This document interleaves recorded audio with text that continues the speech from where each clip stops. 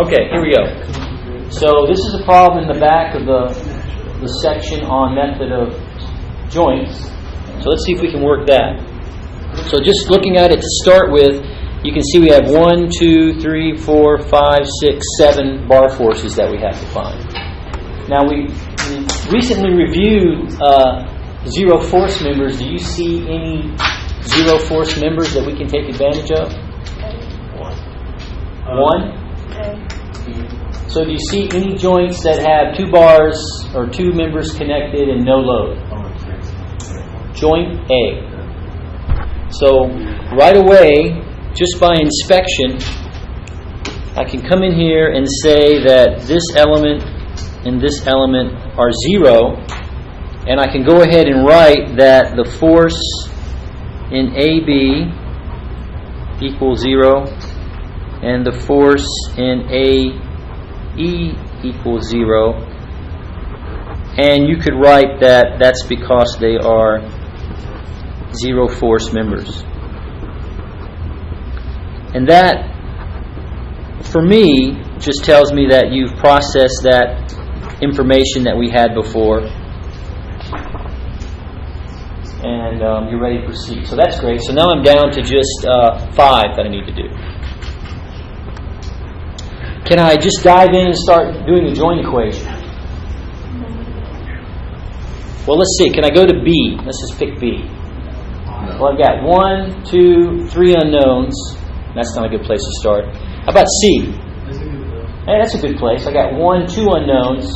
So I could start right now and go into joint C. How about, could I come down here and work joint E? Well, I have 2 bar forces, which are great, but I don't have the reaction. And if I go over here to D, I don't have the reaction. So even though we could start at joint C right now, eventually we're going to need some reaction. So let's just do that first. Let's find the reactions real quick. So I'll draw a free body diagram of the whole structure. Not to scale, obviously. And I'll assume at E, which is a pin, that I have a force in the Y direction and a force in the X direction. And then at D, force in the Y. And then, of course, I have my applied force up here, which is horizontal, of 100 kips. And this is 30 feet total, 20 feet, and 20 feet. So I should have enough information to find my reaction. So what are we going to start with first, looking at the whole free body? A good place to start would be to sum moments about E, right? So I'll assume right-hand rule again for my positive sign convention, and I will sum moments about E, set them equal to 0. So dy creates positive or negative moment about E. Positive, and has a moment arm of 20. And then this 100 kip force creates negative moment. And it has a moment arm of 30. So it looks like dy is positive and 150. Does that sound right? Yes. So 150 kips.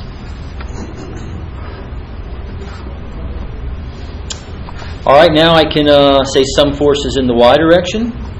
Seems reasonable. I'll assume up is positive.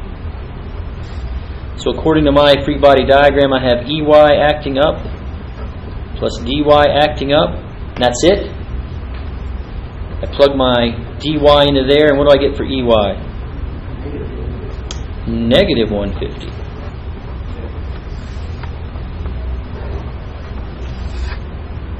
Kind of makes sense.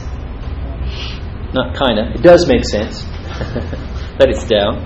And then last, we'll look at the sum of the forces in the X direction. make sure they're in equilibrium. So I have EX to the right plus my 100 kip force to the right.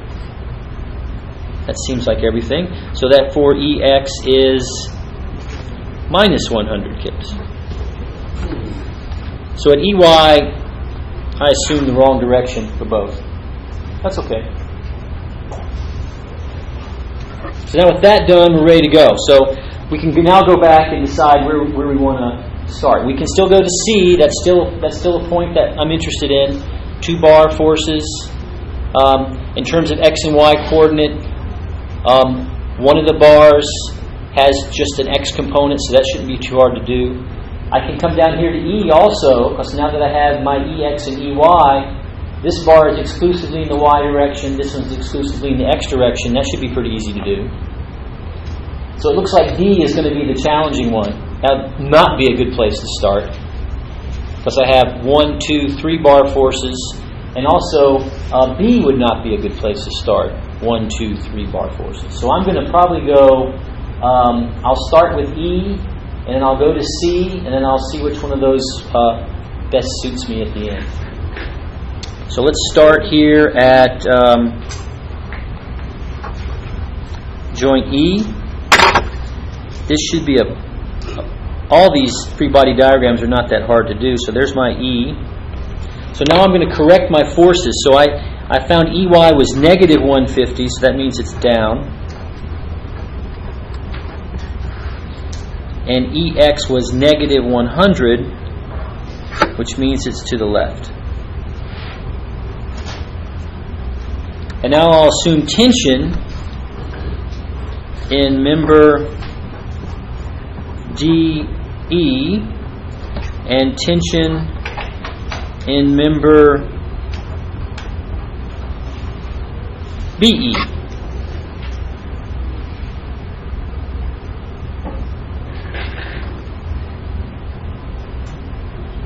Well, that's not too hard to do. Really, not much strategy involved here. You just do it. So I'll sum forces in the X direction. So I have the force in DE to the right, positive, minus 100 kips. So it looks like the force in DE is 100 kips. Came out positive, so that's tension.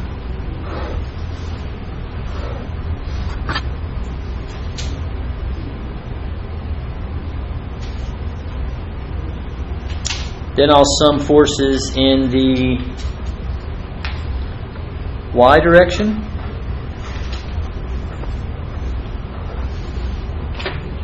So I'll have the force in BE acting up, and then that 150 kip force is acting down. So again, that's not hard to solve for. So BE is positive 150.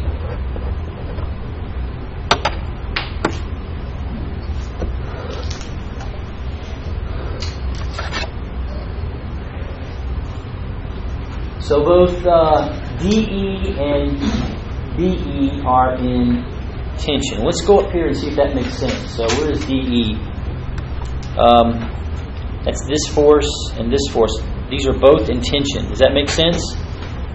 Well, as I pull this truss to the right, what's going to happen to this member right here? Well, it can't move here at E, but it's free to move at D, left or right. Which way is it going to go? Probably to the right. So DE will elongate, so it's in tension. What about this one, DB?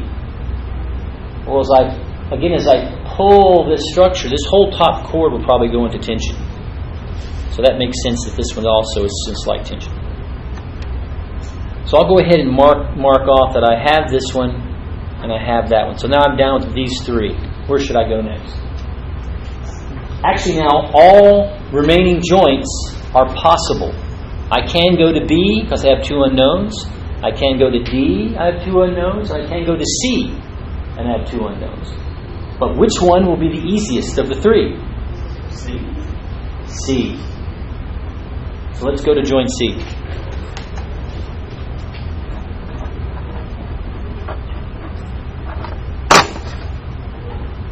We could have gone to joint C to start with if we wanted to.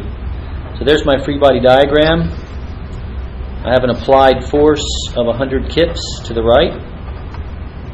And I'm going to assume tension in force CD and tension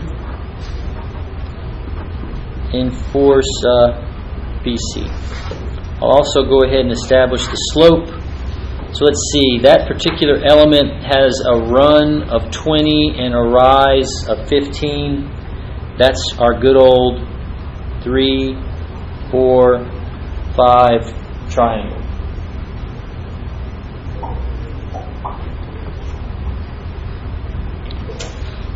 So now looking at that, where would be a good place to start? Well, let's say I sum forces in the y direction. What would happen? You'd be stuck. Well, I wouldn't be stuck. I get one equation and two unknowns. I couldn't solve that equation yet. I can solve it next, but not first. So first I should do sum in the x. I know you guys don't want to solve simultaneous equations.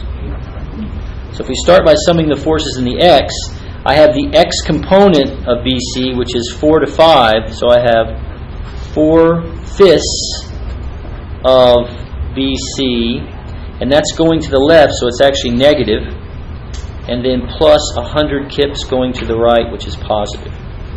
So I should be able to solve for BC and get a positive value, and it looks like it's going to be 125. That makes sense? 500 divided by 4. Anybody else get that? Yes. And now we can do sum forces in the y direction. So when I sum forces in the y direction, I have the y component of BC acting down, so that's 3 to 5. The force in BC minus the force in CD, and that's it. But I have BC, so I can put that value right in there. So what does that come out to be? Divide by 5 is 25. 25 times 3 is 75. So it's 75? Yeah. So CD turns out to be negative 75. Is that right? Yeah.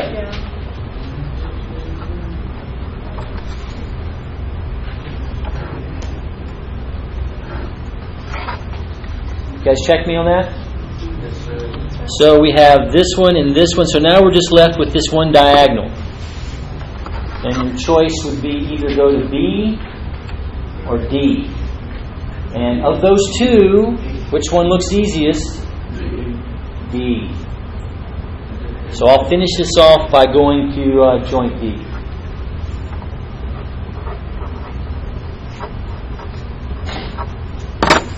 These problems are naturally long, as you can see.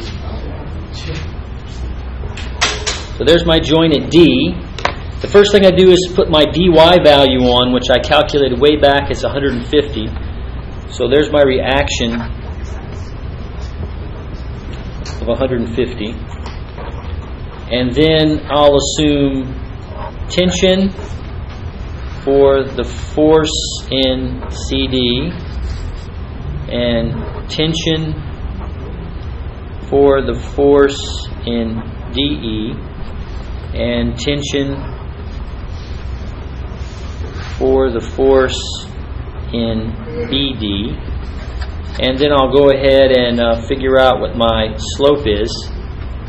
So this angle here, it looks like 20 run, 15 rise, divide everything by 5. It's a 3, 4, 5 triangle again, conveniently. And what am I looking for? I'm looking for the force in BD.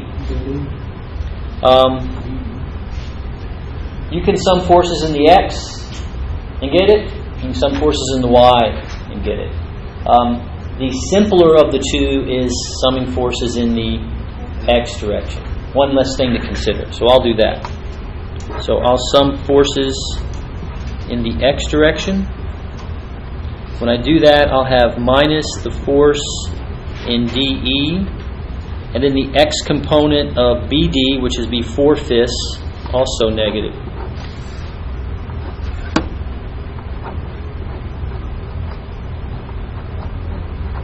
And I'm done. If you go way back over here, you'll find that we found BE. It was 100. So it looks like the force in BD is going to be negative 125?